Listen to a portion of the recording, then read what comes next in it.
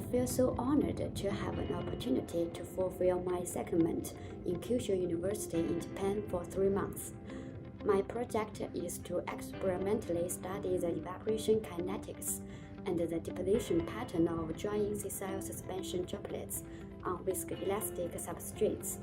It sounds intricate, but you may come across this situation in daily life by spilling the coffee out and leaving a ring stain after it dries.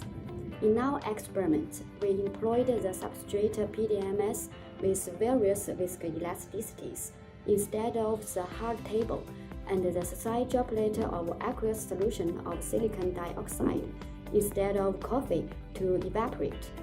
You can understand the word viscoelasticity as a combination property of viscosity and elasticity. Our experimental apparatus consists of an evaporation chamber to control the evaporation environment, such as humidity and temperature, PDMS substrate on the stage with fine adjustment in plane to hold the droplet, a CCD camera with LED light to record the evolution of the droplet profile in the course of evaporation. After the complete evaporation, we make use of a stereo microscope and a laser confocal microscope to observe particle deposits left. Now you may get curious about the result. As to the evaporation kinetics, there are 3 types: constant contact radius or CCI evaporation mode, constant contact angle or CCI evaporation mode, and the mixed mode where both of contact angle and contact radius changes. In all cases, the most important finding is that with increasing softness of PDMS, the CCI evaporation mode is extended, even keeps until the end of the droplet lifetime, and then replaced by mixed mode on very soft substrates. The longer CCI mode is ascribed to the higher wetting rate, pulled up by the vertical component of surface tension at a contact line on softer substrates. So how does the softness of substrates affect the particle deposits left after the suspension droplets dry?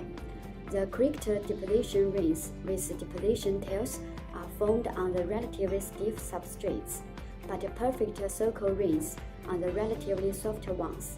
The size of 2 kinds of rings are consistent with the second and the throughout CCR mode, respectively, whereas the particle deposits on the crate-like deformation of very soft substrates and form spike patterns.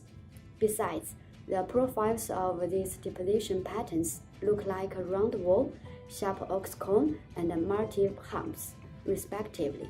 This research is profound because it sheds a light on the transitive mechanism of the evaporation of sessile droplet on solid surfaces to the liquid impregnated surfaces.